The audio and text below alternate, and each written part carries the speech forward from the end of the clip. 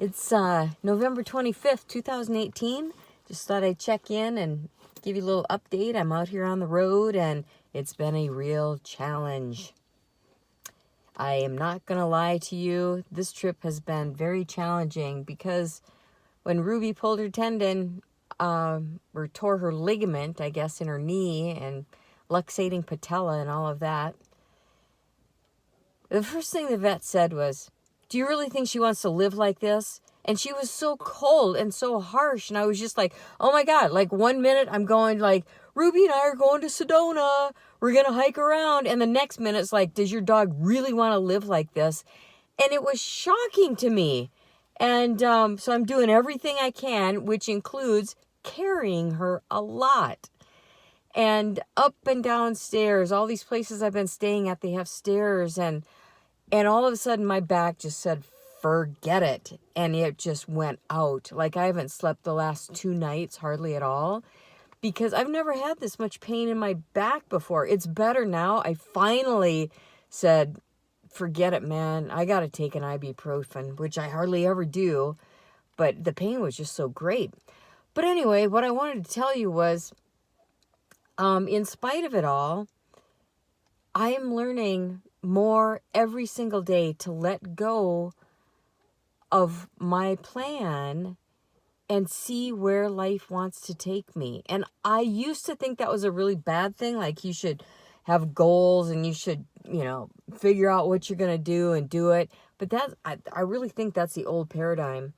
Like because of this thing that happened and I'm in Mt Shasta longer than I thought, my coach, Nina Wise, had to get out of San Francisco area because of the smoke. So she drove up to Ashland and she stopped here along the way.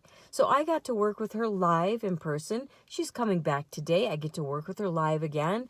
And I could have never, ever planned that. And then the place where I'm getting Ruby's brace fitted, a holistic vet, she's getting the cast made here in Mt Shasta. And then I have to ship it to Colorado and they ship it to the vet. But that holistic vet is in Pacifica, California. And I didn't know anything about Pacifica. I'm like, well, okay, I guess I'm going to be spending a month there.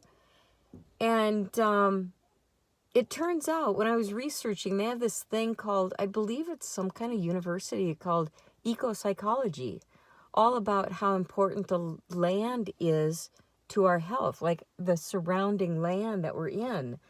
And it's just trippy because I'm doing the show about my roots, back in the Minnesota farm and all of that and how the land affected me and how we affect the land. I don't know. I have to do a lot more research about it. But the thing is, I think my show could really